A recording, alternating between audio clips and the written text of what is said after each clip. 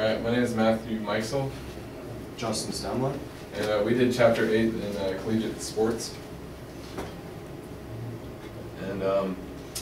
And why collegiate sports are so important is they're very important to the sports industry, and television time has increased, and the coverage of sporting events such as athletic conferences have, since they've created their own networks, that has increased.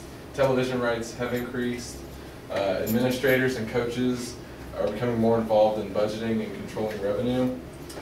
And the popularity in working in collegiate sports is very high. And rules and regulations are high, especially in recruiting and academics. This results in an increase in specialization of positions in the collegiate athletic department. We'll get into a little bit of the history here with collegiate sports. The first collegiate athletic event was in 1852. It was a crew race between Harvard University and Yale University. It was sponsored by Boston, Concord, and Montreal Railroad. The next collegiate event was baseball in 1859, which was between Amherst and Williams. Back then in the 1800s, all of the events were student run. There was no NCAA organization or anything like that. And the Ivy League, contrary to today's schools, were actually the most competitive. Football began its rise of dominance in 1876 with the formation of the Intercollegiate Football Association.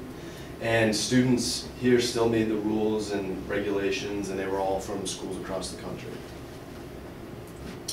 And history continued. In 1881, Princeton University formed a faculty athletics committee to review the game of football because they wanted to make more rules. And Harvard University banned football in 1887, but the faculty athletics committee kept the game from being erased because it was way too violent. And Intercollegiate Conference of Faculty Representatives, otherwise known as the Big Ten Conference, was formed in 1895 to create rules for student eligibility for these sports. And in 1903, 18 football players were killed because football was so dangerous. And then after 1903, that's when they really started to enforce rules for football. And to help this, Intercollegiate Athletic Association of the United States was formed to make the sport of football safer for the players. And today, this association is called the NCAA. A little more with history. The Carnegie reports in 1929. They reported commercialization of student athletics along with academic and recruiting abuses. So it was just kind of like the first instance of, like, you know, kids taking improper benefits, like getting pass grades, things like that.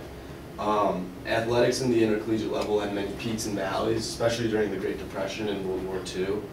But this time period increased the appeal of spectators and commercialism around the sports. In 1989, Lewis Harris found that 78% of people thought that collegiate sports were getting out of control.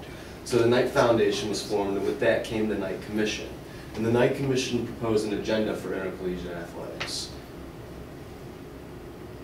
And a little more history was there was no organization for women in the NCAA until the Commission of Intercollegiate Athletics for Women in 1966 was founded.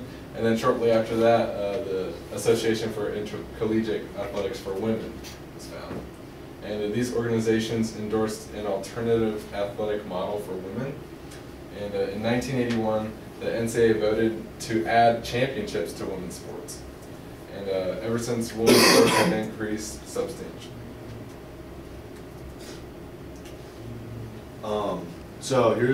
We'll get into a little bit of the format of the collegiate industry.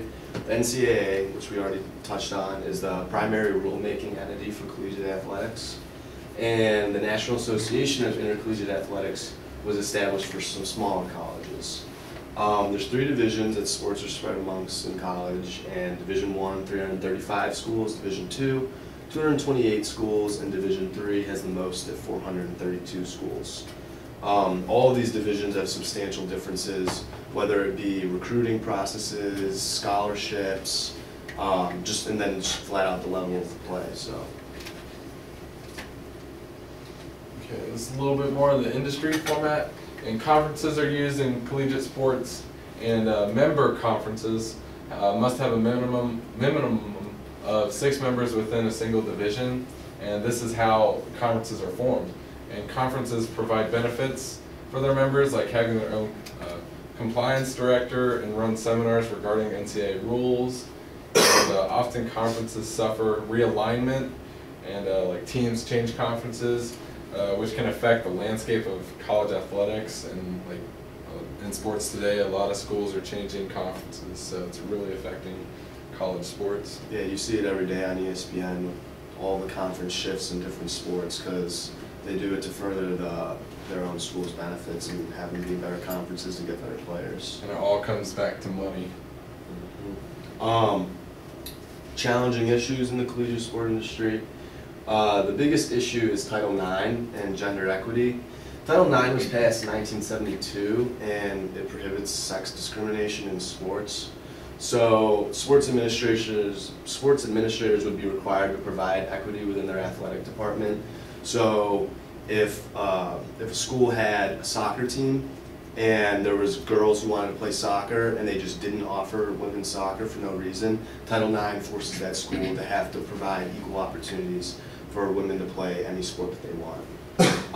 Athletic departments were made up of 70% men and 30% women student athletes. Roster management is a method under the title which caps roster size for men's teams.